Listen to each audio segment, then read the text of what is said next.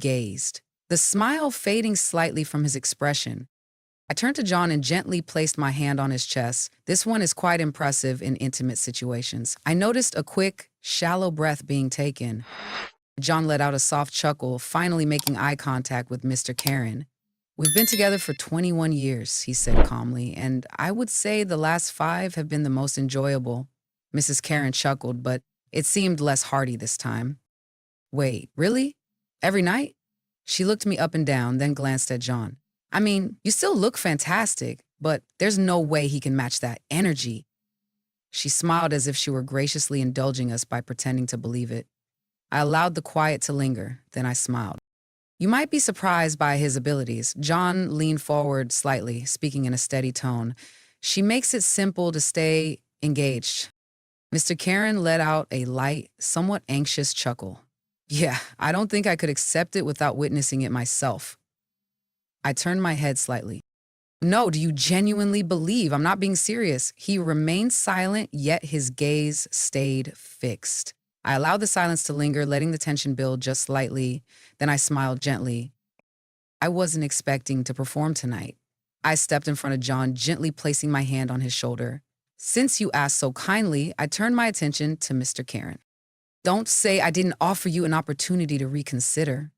John leaned back, arms stretched along the couch, completely relaxed, as if he knew exactly what was about to happen, like he had been anticipating it all night.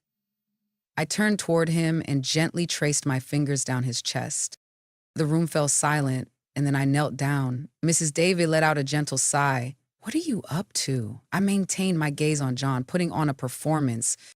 I leaned into him, my hand resting gently on his thigh, a silent expression of trust. He was already solid beneath my hand, steady, prepared, waiting. I let my fingers rest there, slow and steady, allowing them to take in what they were observing. Then I glanced back and smiled.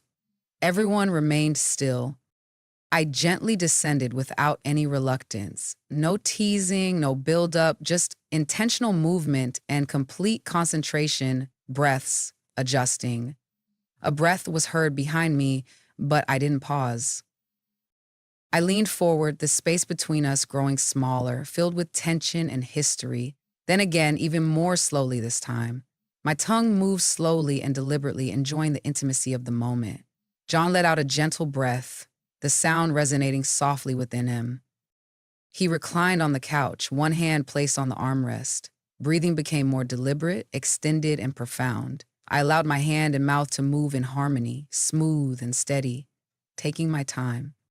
Each motion, each inhalation, each moment of stillness, I made each moment significant, as if I was creating something special just for him. While allowing everyone to observe the process, John shifted in his seat, a slight movement that was hard to miss.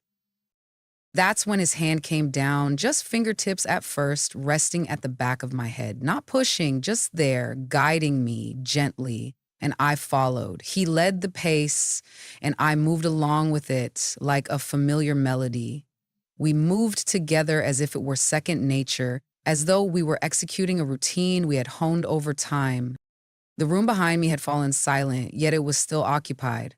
I sensed their gaze. I could sense the stillness around them, as if the air had come to a halt. And still, I maintained my concentration, not for a moment. When I finally pulled back, I stood up, slowly and gracefully, focusing only on him. I rose, pausing for a moment of vulnerability, letting the weight of emotion settle in, followed by my skirt, and then the rest of my clothing.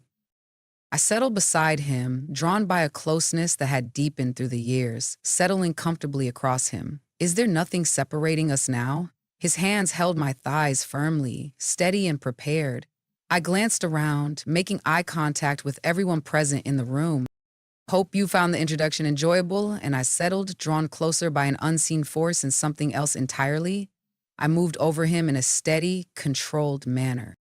My legs were positioned around his waist, knees pressed into the cushions, hands resting firmly on his chest. Each movement was purposeful, deliberate, and measured.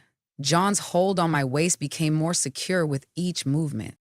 His breathing became more pronounced beneath me, but he didn't take the initiative. He allowed me to move at my own pace, as if he had confidence in my choices. I leaned forward until my chest touched his, my forehead resting softly against his for a moment. Then I leaned back again, adjusting the angle, allowing more of my body to connect with his. He exhaled gently through his nose, soft yet filled with anticipation. I continued on my path. The room was quiet, not empty, not completely silent, but in a state of pause. Somewhere behind me, the sofa made a sound, a soft exclamation, "Oh my God," followed by another voice, more pointed and skeptical. "I can't believe they're really going through with this." I continued on. If anything, I moved with greater precision, more confidently now, with clearer focus. My spine arched as I allowed my head to tilt back, extending the movement with intention. John's hand rested gently along my sides, creating a warmth that made me catch my breath. His body had become tense beneath me, concentrated, holding steady. "You're incredible," he whispered. I chose not to respond. I only adjusted again, deeper, slower, more fully, allowing him to experience everything. Then he sat up, wrapping his arms around my back. He drew me near and placed a gentle kiss just behind my ear. "Approach," he softly said. I agreed with a nod. He lifted me in his arms, our bond intact, and stepped off the couch. He knelt down and guided me onto the rug, carefully laying me out in the center of the room. The carpet felt cozy against my back. I adjusted naturally, my legs parting with a sense of ease, welcoming his presence. That's when I saw them, Mrs. David in a close embrace, leaning in towards her husband. His hand gently rested in her hair. Mrs. Karen, tense, legs crossed tightly, her expression difficult to read but slightly flushed. Mr. Karen leaning forward, elbows resting on the table, eyes focused and steady. I gazed at everyone and smiled. They questioned our abilities. Now, they found it hard to look away. John knelt between my legs, one hand resting gently on my thigh, the other positioned near my ribs. We exchanged glances. Then he approached me once more. He positioned himself over me with a sense of purpose and presence. His body lay beside mine, warmth shared through every point of contact. We leaned into each other, finding comfort in our closeness, a quiet reconnection connecting us to the rug beneath. The room disappeared. The sounds became indistinct at the edges. All that remained was the rhythm between us, steady and intentional, enveloping me in each movement as if we were in harmony. Every change from him awakened something hidden within. One hand gently grasped my wrist, intertwining our fingers above my head. The other rested against the side of my thigh, providing a gentle support that was unmistakable. I leaned into him instinctively, allowing the movement to take us deeper. Air caught in my throat. His mouth lingered near my neck, not kissing, just breathing softly, and every subtle tremor in him resonated within me. He was attentive, steady, fully engaged. Tilting my head, I caught a glimpse of the room. Mrs. David had taken her position above her husband, moving with a graceful rhythm, her body rising and falling in sync with his hands at her waist. They were not merely involved in it, they were engrossed, and across from them, the Karens remained still, arms crossed firmly, lips pressed together. Mrs. Karen remained unfazed. Her husband gazed ahead, his hands clasped tightly between his knees.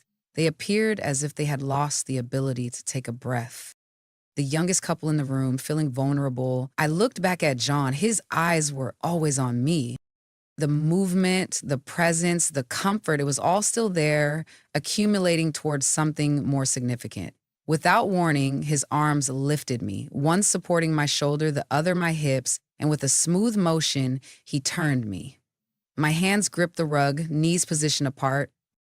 The shift sent a jolt through my spine, warmth spreading through me. He came closer, his presence calm, our movements in tune with years of knowing each other. "Don't hesitate," I whispered. He did not. He placed his hands at my waist, and we found a familiar rhythm between us, grounded, intentional, completely.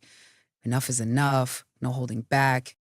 Each movement was intentional, steady, grounded, and unwavering. The weight of the moment hung in the air, thick with emotion and history, like a gentle rumble across fabric. My arms worked hard to support me, elbows bent, palms pressed down to maintain stability. Every part of me tensed, prepared, and then relaxed once more. I turned my head slightly, and there she was, Mrs. Karen. Her eyes met mine, lips slightly parted, still not judging, just observing. I remained focused, keeping my gaze steady. I wanted her to notice. Then I faced forward again, allowing everything else to fade into the background. The pace quickened, intense and all-encompassing. His grip was steady. My breath caught, my body frozen in a moment that felt too real to name. Something within released. A sound emerged, a mix of a breath and a soft exclamation. I leaned forward, shaking slightly. The world around me glowed with an intense and exhilarating energy. He paused, a breath shared, a decision made, then continued with renewed purpose, more determination, more vitality, and he continued on. Be truthful.